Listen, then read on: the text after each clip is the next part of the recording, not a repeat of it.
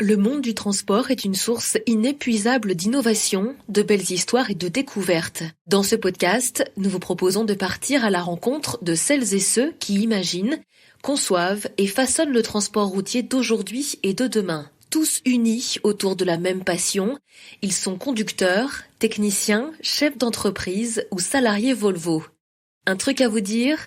Une série de reportages et d'interviews uniques signée Volvo Trucks France. C'est un amoureux de son camion que j'ai rencontré dans cet épisode. Romain est conducteur pour les transports Clarton, dont le siège est situé à côté de Béziers. Tombé dans la marmite quand il était petit, il est aujourd'hui au volant d'un véhicule unique en son genre, que vous avez d'ailleurs peut-être déjà croisé sur la route. Bonjour Romain. Bonjour Marie. Alors je vais essayer de te rejoindre dans ton camion, il va falloir que je me hisse à ta hauteur. Il n'y a pas de souci, juste comme d'hab, chaussures en dehors s'il te plaît. Allez, je quitte les chaussures, après, c'est tout bon. Je fais le tour du camion et je te rejoins.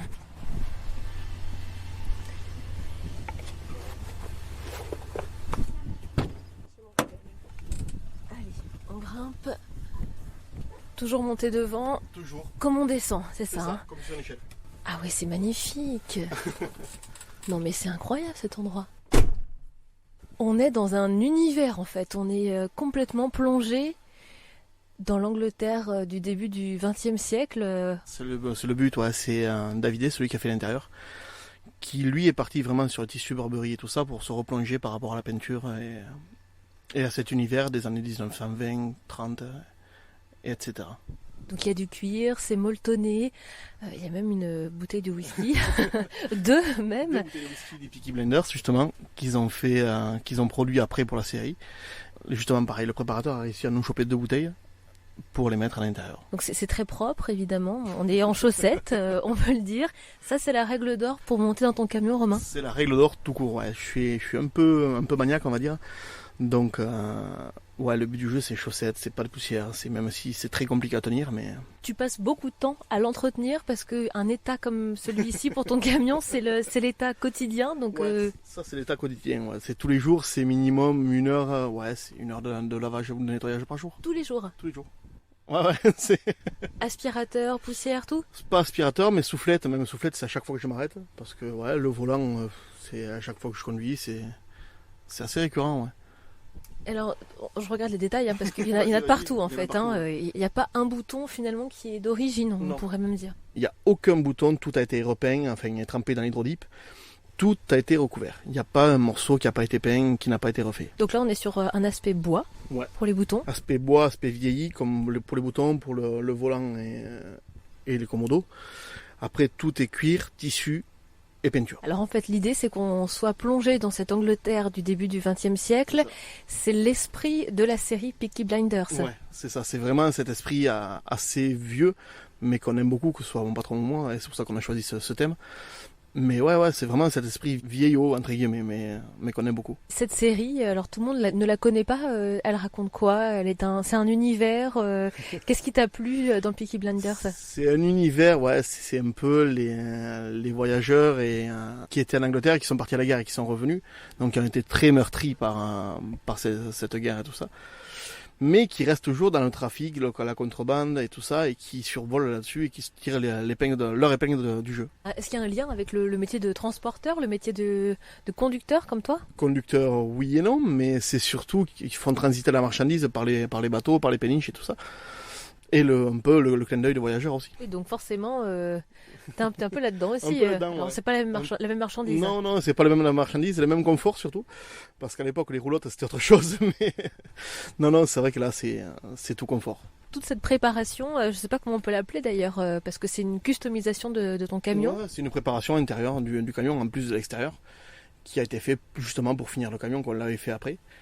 Et le temps de trouver la personne qui nous convenait et qui nous a fait des détails qui nous plaisaient. Là, tout a été pensé à plusieurs. C'est toi qui as imaginé un petit peu comment tu allais disposer les espaces, quels matériaux utiliser ? C'est moi et mon patron, et en parlant avec David justement, on y a proposé, enfin moi j'ai suggéré des idées, on avait un groupe WhatsApp, et voilà, j'ai suggéré, il m'a dit ça oui, ça non. Mon patron pareil, il me disait au début pour le tissu Burberry, moi j'étais moins fan, quand il m'a montré l'échantillon, mon chef à fond, et en fait il m'a montré le rappel sur la porte extérieure d'une veste de costume, Et j'ai dit, mais vas-y, il m'a dit, tu me fais confiance? J'ai dit, vas-y, à 200%. Et en fait, le résultat est magique. L'effet Burberry, hein, c'est un carreau de laine, c'est en laine, ça fait très anglais, hein, ça fait clairement. très anglais, ouais. Et là, justement, en plus, on a été faire une expo en Angleterre, à Peterborough.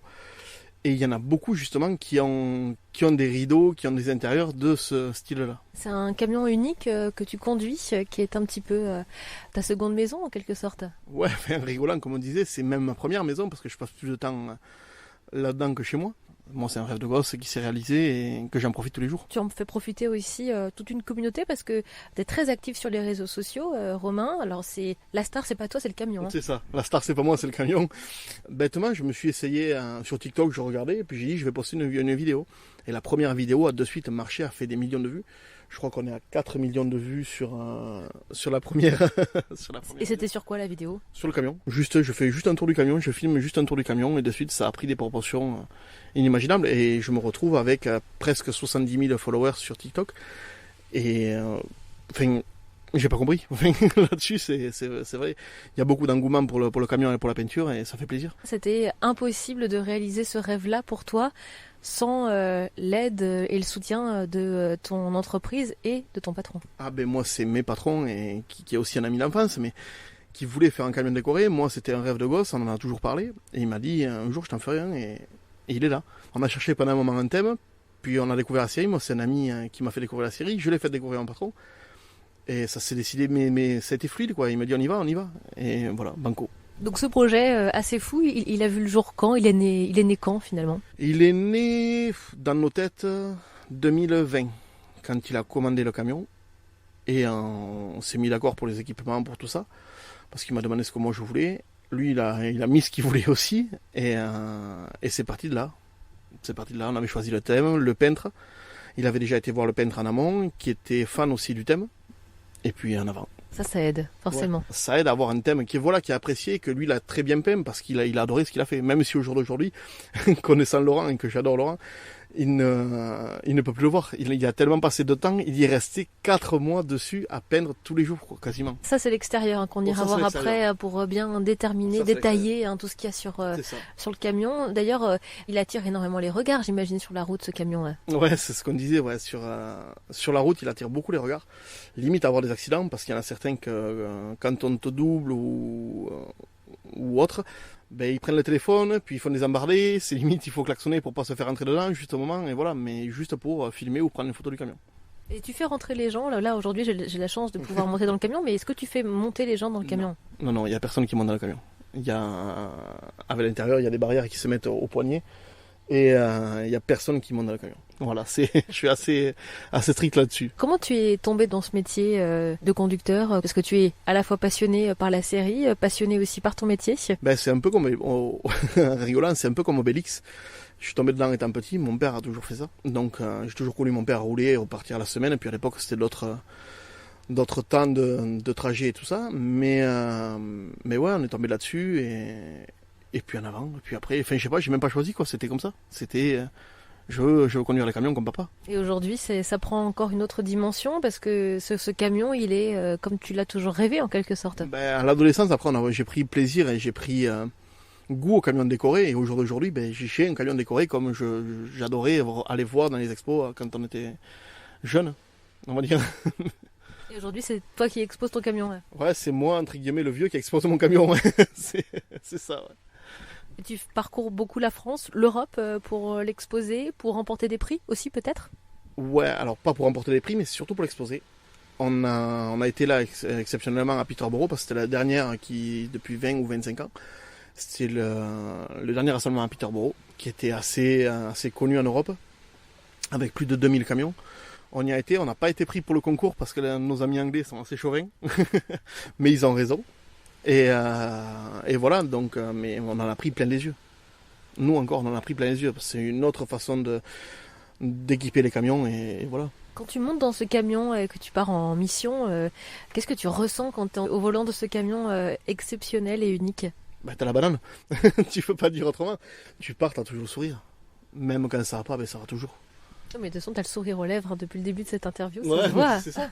Mais c'est ça. Mais parce que voilà, j'en suis fier et très très fier.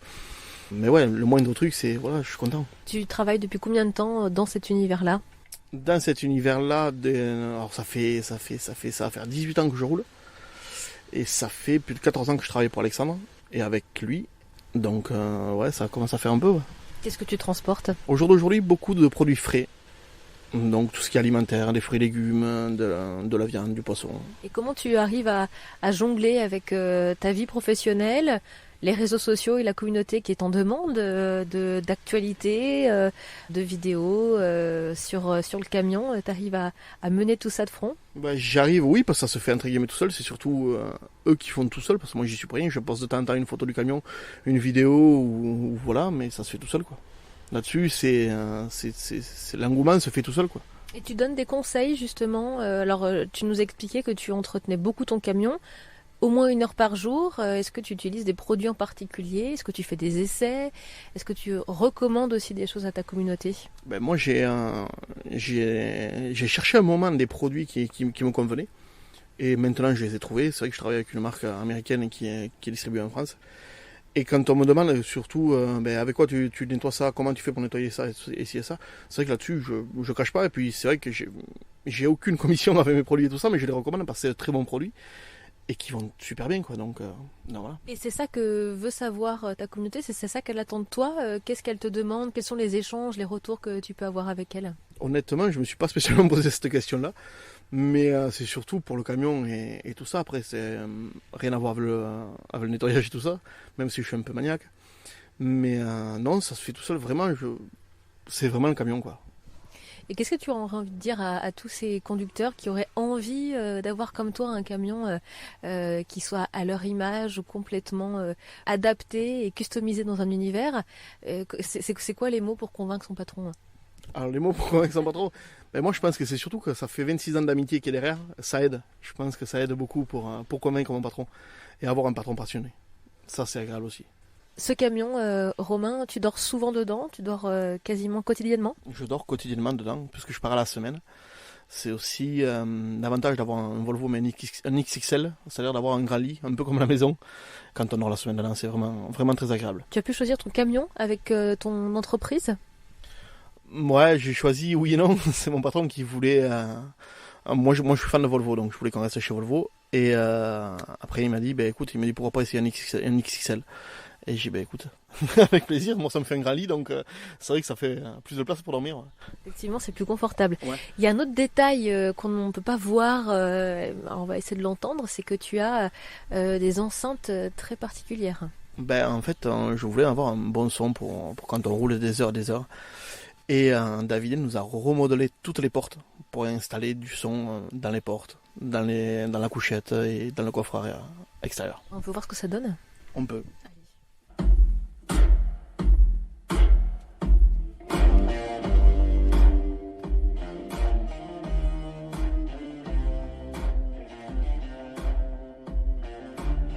Ça envoie, hein.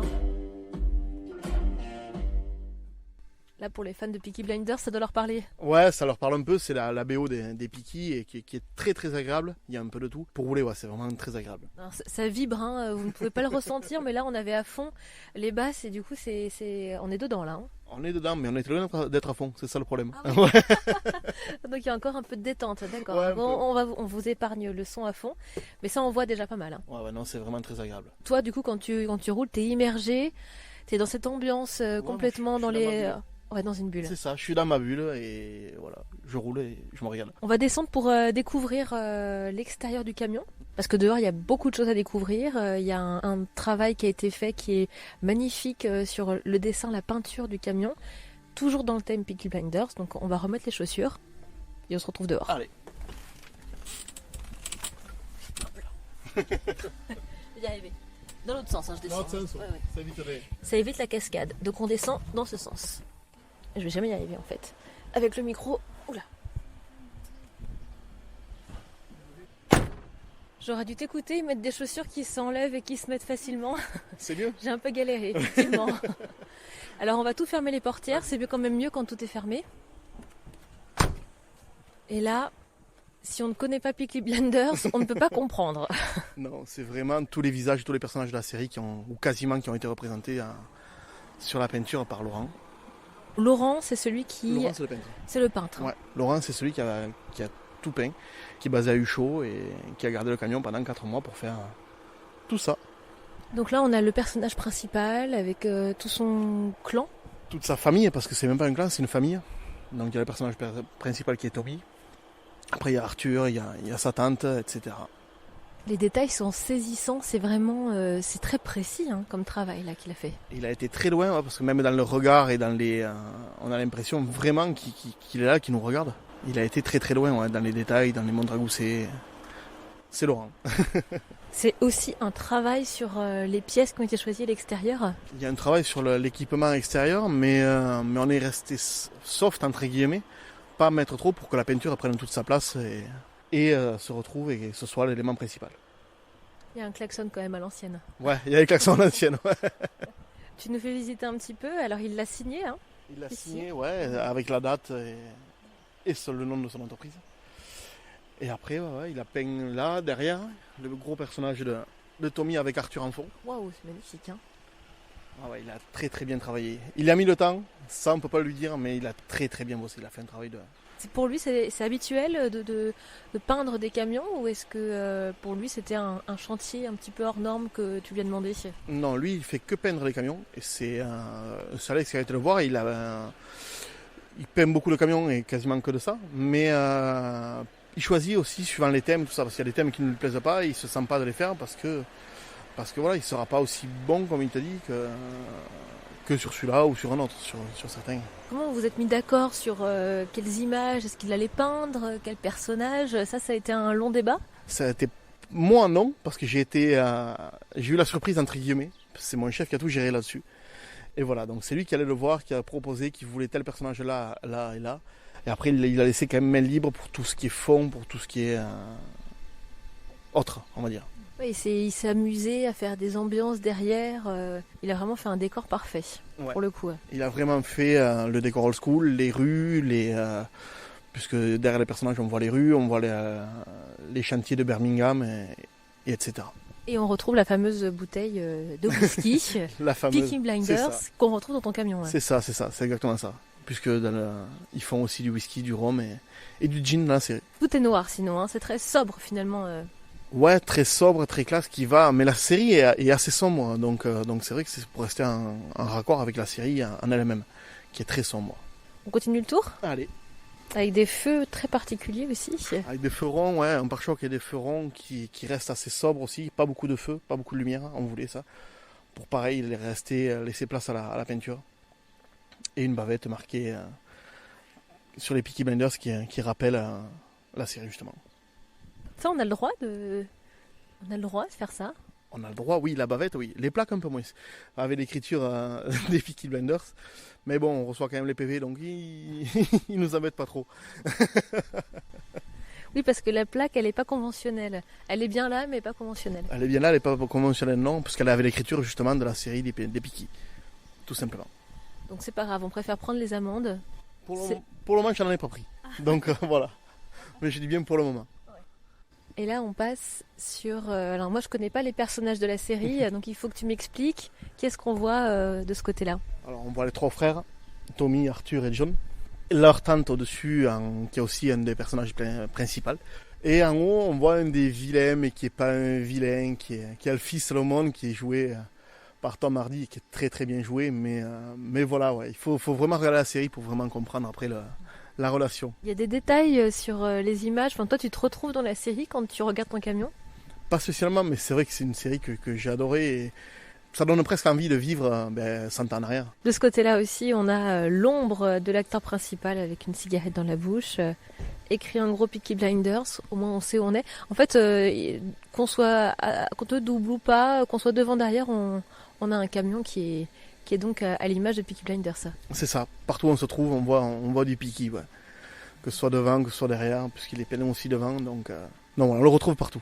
Et on va passer devant. Est-ce qu'il y a quelque chose de spécial ici? Alors le marchepied est aussi noir, très classe, ça c'est voulu aussi? Toute la base est noire, donc c'est vrai qu'après on est resté justement pour rester sur ce noir, enfin c'est un grain anthracite très classe, même les lumières, les feux qu'on a choisis, ils sont teintés de noir, pour rester vraiment dans cet esprit sombre, de la série. Et devant, évidemment, il y a le nom de ton entreprise. Évidemment. Évidemment, mais pareil, fait avec l'écriture des Piki, donc marqué en gros et éclairé sur une enseigne.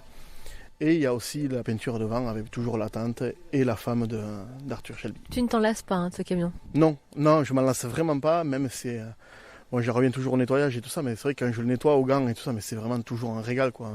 Et puis on en découvre toujours. Il y a toujours du détail, il y a toujours un truc à regarder. Et même moi, je m'en lasse pas. Ça fait 2 ans que je l'ai et 2 ans que je me régale. Tu fais tout à la main, le nettoyage? Ouais. Ouais, un peu maniaque, tout au gant, au pinceau, avec mes produits. Même mon chef, des fois, me regarde et ça va boire un café parce que ça le désespère, mais voilà. Parce que les autres, non, ils le font pas comme ça. On a une station de lavage et un laveur, donc les autres, c'est vrai que enfin, les autres de chez nous ont leur camion lavé, mais moi, non, je me le lave moi et moi tout seul. C'est un rituel presque. C'est un rituel, ouais. C'est un plaisir, mais même c'est un plaisir de nettoyer mon camion. Moi, c'est quelque chose que j'apprécie beaucoup. Ça fait partie de ta journée de travail. De ma journée, de ma semaine de travail. Ça signe la fin de la semaine souvent et puis c'est vraiment un plaisir. Ça vide la tête, je trouve. Et satisfait derrière. Et très satisfait derrière, surtout. Et prêt à repartir le lundi quand le camion est propre et brille. C'est vraiment un investissement parce que ça a un coût, tout ça. Et ça peut prendre du temps aussi. Il faut y aller par étapes. Comment est-ce qu'on s'y prend finalement pour transformer un camion en celui que tu as? Ça a été très long. C'est un coût énorme. C'est vrai que c'est pour ça que je remercie encore mes patrons parce que c'est eux qui ont tout payé. Mais voilà, c'est surtout en temps, quoi. C'est un projet du moment de la commande du camion et où il est sorti peint juste à l'extérieur, il s'est passé 1 an. Et même 1 an et 1 mois. Et après, pour faire l'intérieur, il y a eu 2 mois de plus de travail. Donc c'est du temps où le camion est immobilisé, il ne roule pas. C'est ça. Il est immobilisé, il ne roule pas, il est payé quand même, il faut le payer quand même. Donc voilà, mais c'est vrai que c'est beaucoup de boulot, beaucoup d'argent, mais ça a un rendu qui est là. Et on vous connaît aussi pour ce camion. Ouais, ça a fait beaucoup de pub à mon patron et à l'entreprise par rapport à ce camion. Ouais. Beaucoup de monde en parle. Alors il y a une question qu'on pose à tous les intervenants, à toutes les personnes qu'on rencontre dans ce podcast. Selon toi, Romain, à quoi ressemblera le camion de demain? Ça, c'est une bonne question. Et très compliqué parce que je suis plus old school, moi, donc je serais plus sur le camion d'hier que le camion de demain. Mais non, ouais, je verrais bien... Pas l'électrique, plutôt un camion à l'hydrogène ou un truc comme ça. Ouais. Moins polluant et tout ça, mais on aura toujours quand même besoin des camions et j'espère des chauffeurs. C'est aussi le grand point d'orgue, c'est qu'aujourd'hui, il faut motiver et trouver des passionnés aussi comme toi. Ouais, il faut trouver déjà des chauffeurs passionnés et qui aiment ça. Et ça, c'est assez rare parce qu'aujourd'hui, tout le monde fait des beaux camions, mais après, ils n'entretiennent pas ou tout ça. Et c'est compliqué à trouver. Mais il y en a. On te souhaite bonne route, Romain. Merci beaucoup. Tu repars sur la route bientôt? Ouais, lundi. Et en avant. C'est reparti. Merci, à bientôt. Merci, à bientôt.